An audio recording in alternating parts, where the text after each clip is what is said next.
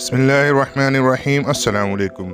अब जो news reports आ रही हैं उसके मुताबिक कनाडा भी रशिया के ख़िलाफ़ कार्रवाई करने के मूड में आ चुका है और कनाडा ने ऐलान कर दिया कि वो एड प्रोवाइड करेगा नेटो कंट्रीज़ को रशिया के अगेंस्ट में। लेकिन कनाडा किसी भी आर्म कॉन्फ्लिक्ट में इन्वॉल्व नहीं होना चाहता है, इसलिए जो भी एड कनाडा की तरफ से जाएगी रशिया के अगेंस्ट वो सारे के सारे नॉन लीथल एड होगी। अब नॉन लीथल एड मतलब क्या होता है? नॉन लीथल एड मतलब जो भी लॉजिस्टिक्स की ज़रूरत है, जो खाने पीने की ज़रूरत पड़ेगी, मेडिकल फैसिलिटीज़ की ज़रूरत पड़ेगी, या ट्रक्स की या सप्लाईज़ की, या किसी भी तरह की इस तरह की ज़रूरत जिसमें कि आर्मी ना भेजना पड़े कनाडा को, जहाँ पे आर्म्स ना भेजना पड़े या आर्मी ना भेजना पड़े, वो तमाम एड कनाडा देगा रशिया के अगेंस्ट। अब ये बहुत इंपॉर्टेंट चीज़ ये सामने आ रही है कि कनाडा क्यों हेल्प कर रहा है रशिया के अगेंस्ट। एक वजह तो ये है कि कनाडा नेटो का मेंबर है, one of the NATO countries, और शुरू से मेंबर रहा है, और इस वजह से कनाडा को किसी भी नेटो के मिलिट्री एडवेंचर में इन्वॉल्व होना ही पड़ेगा।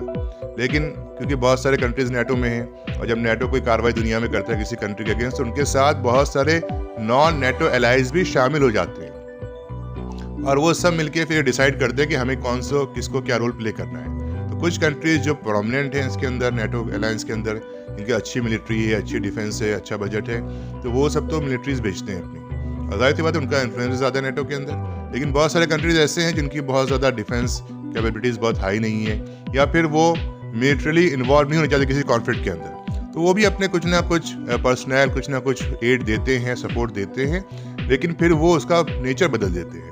कुछ लोग लॉजिस्टिक्स में लग जाते हैं, कुछ लोग सप्लाई में लग जाते हैं, कुछ लोग जो है वो कुछ कंट्रीज़ जो हैं वो लग जाते हैं अपना एजुकेशन में या मिलिट्री एड में, इन सब चीज़ों में काम करते हैं। जैसा कि हमने अफगान वॉर में देखा था, यहाँ 50-55 कंट्रीज़ थे और सब अलग अलग काम कर रहे थे। कोई स्कूल चला रहा था, कोई वहाँ मेडिकल कॉलेज चला रहा था, कोई वहाँ पे हॉस्पिटल चला रहा था, कोई लाइब्रेरी बना रहा था, कोई वहाँ पर दूसरी तरीके की चीज़ों में इन्वॉल्व था, कोई वहाँ पे सड़क बना रहा है, कोई वहाँ पे डैम बना रहा है, इस तरह के काम कर रहे थे। तो इसी तरीके से जब कोई वॉर होता है तो उसमें बहुत सारी चीज़ें होती हैं, सिर्फ लड़ाई ही लड़ना नहीं काम होता, बल्कि पीछे से सपोर्ट के लिए बहुत सारी चीज़ों की ज़रूरत पड़ती है, और वहाँ पर कनाडा ने अपनी इन्वायरमेंट को जाहिर किया है कि हम वहाँ पर आपको सपोर्ट करेंगे, नाटो को सपोर्ट करेंगे। नाटो का मेंबर भी है। दूसरी वजह क्या है? जब हम वर्ल्ड मैप देखते हैं तो देखते हैं रशिया एक तरफ है और कनाडा दूसरी तरफ है, लाइक ईस्ट टू वेस्ट। लेकिन अगर हम वर्ल्ड मैप को देखें तो जैसे ही ईस्ट और वेस्ट रोटेट होता है तो कनाडा बिल्कुल रशिया का नेबर बन जाता है। तो ईस्टर्न साइड से अगर आप देखें रशिया के ईस्ट में कनाडा काफ़ी करीब आ जाता है वहाँ से। अलास्का अमेरिका का एक लैंड है, वो भी बहुत करीब है वहाँ से। हालांकि वो फ्रोज़न वाटर्स होते हैं, बहुत ठंड होती है उस इलाके में, लड़ाई वगैरह करना काफ़ी मुश्किल है, लेकिन इम्पॉसिबल नहीं। दूसरी चीज़ देखें अगर आप, तो बिल्कुल नॉर्दर्न पोल के करीब पहुंच जाता है कनाडा भी और रशिया भी, और आर्कटिक सी के अक्रॉस अगर देखें तो कनाडा रशिया काफ़ी करीब आ जाते हैं, और आर्कटिक सी में भी रशिया ने अपनी डिफेंस कैपेबिलिटीज़ को डेवलप किया है। इसलिए भी कनाडा के लिए ये खतरा हो सकता है अगर रशिया के अगेंस्ट कोई भी कार्रवाई होगी, तो कनाडा इसलिए खाली नहीं बैठ सकता या बिल्कुल न्यूट्रल अपने को डिक्लेयर नहीं कर सकता, क्योंकि रशिया कनाडा के ईस्ट में, उसके कनाडा के वेस्ट में पड़ता है रशिया, और उसके नॉर्थ में भी पड़ता है। आप देखें आर्कटिक सी के थ्रू वो करीब से जा सकता है। तो इसलिए अब आपको समझ में आ जाएगा कि कनाडा क्यों इन्वॉल्व हो रहा है इस कॉन्फ्लिक्ट के अंदर। लेकिन क्योंकि कनाडा एक ऐसा कंट्री है जिसने पूरे वर्ल्ड के अंदर बहुत ही पॉजिटिव रोल्स अदा किए हैं, और हर कॉन्फ्लिक्ट में इन्वॉल्व तो रहा है, लेकिन पॉजिटिवली इन्वॉल्व रहा है, मिलिट्रीली बहुत ज़्यादा इंटरेस्टेड नहीं है वो, और उसकी वजह है कि उनकी पॉलिसीज़ ही ऐसी नहीं है। कनाडा की पॉलिसी कब्जा करने की या कॉलोनीज बनाने की इतनी बड़ी नज़र नहीं आती कहीं पर।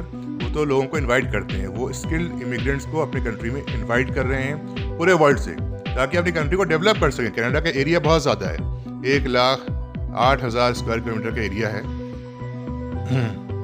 सॉरी 1,08,00,000 स्क्वायर किलोमीटर का एरिया है कनाडा का, और ये जो एरिया है बहुत बड़ा एरिया है।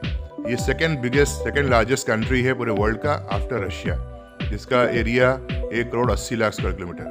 तो कनाडा के बारे में जो हम देखें तो पॉपुलेशन बहुत कम है, 3-3.5 करोड़ की पॉपुलेशन कनाडा की है, जो कि इतने बड़े एरिया के लिए बहुत थोड़ी पॉपुलेशन है। इंडिया से 3 गुना से भी ज़्यादा एरिया है कनाडा का। तो हम देख लें कि कनाडा को डेवलप करने के लिए एक और पॉपुलेशन चाहिए। इससे कनाडा किसी भी जगह नेगेटिव रोल अदा नहीं करना चाहता है, पॉजिटिव रोल रखना चाहते हैं, क्योंकि अगर इमिग्रेंट्स पूरे दूसरे कंट्रीज से आएंगे, स्किल्ड इमिग्रेंट्स आएंगे, उनका कंट्री फर्दर डेवलप होगा। ऐसे लोग जो बहुत ही अच्छा काम करने वाले हों, स्किल्ड हों, तो उन लोगों को इनवाइट करते हैं वो, और अपनी कंट्री को फर्दर डेवलप करना चाहिए। बहुत बड़ा एरिया कनाडा का खाली पड़ा है जहाँ कोई रहता ही नहीं है, या पॉपुलेशन डेंसिटी बिल्कुल ना के बराबर है ना। और दूसरी चीज़ है कि उनका 90% पॉपुलेशन यूएस बॉर्डर पे, जो कि सदर्न मोस्ट कनाडा का पार्ट है, तो कंपैरेटिवली थोड़ा सा गर्म है नॉर्दर्न पार्ट से या सेंट्रल कनाडा से। तो ज़्यादातर पार्ट उनका सदर्न मोस्ट जो कनाडा का पार्ट है यूएस बॉर्डर पे, वहाँ रहते हैं। ज़्यादातर उनके बड़े शहर वो सदर्न कनाडा के अंदर बने हुए हैं। तो हम देख सकते हैं बहुत बड़ा एरिया खाली पड़ा है, बहुत सारे आइलैंड्स हैं नॉर्थ में उनके, लेकिन वो सब फ्रोज़न एरिया है। यहाँ बहुत ठंड पड़ती है, बहुत बर्फबारी भी होती है, और वुडलैंड है, बड़े बड़े जंगलात हैं, और बैरन लैंड है, वेस्ट लैंड बहुत सारा। तो वो सब अनडेवलप्ड एरिया है बेसिकली। तो वो चाहते हैं कि और लोग हमारे यहाँ शिफ्ट हो और फिर अपनी आबादी को बढ़ाएं वो इस तरीके से इमिग्रेंट्स के थ्रू, और ऐसे इमिग्रेंट्स जो कि वर्क कर सके, काम कर सके। इसलिए कनाडा की पॉलिसी हमेशा रही है कि पॉजिटिव रोल अदा करे दुनिया में, ताकि जो इमिग्रेंट्स आए वो कोई नेगेटिव मेंटेलिटी के साथ ना आए हमारी कंट्री के अंदर। बहरहाल कनाडा का ये बहुत बड़ा कदम उन्होंने उठाया, और ये दुनिया देख रही थी कि कनाडा इसमें क्या रोल प्ले करता है। इस वीडियो में बस इतना ही। हाजिर होंगे और अपडेट्स लेके और इंटरेस्टिंग एनालिसिस लेके अपनी अगली वीडियो में। अगर ये वीडियो आपको अच्छी लगी तो इसे लाइक करें, चैनल को सब्सक्राइब करें और बेल आइकन पर ज़रूर क्लिक करें, ताकि आने वाली वीडियोज़ की अपडेट्स आप तक पहुंचती रहें। अस्सलामु अलैकुम।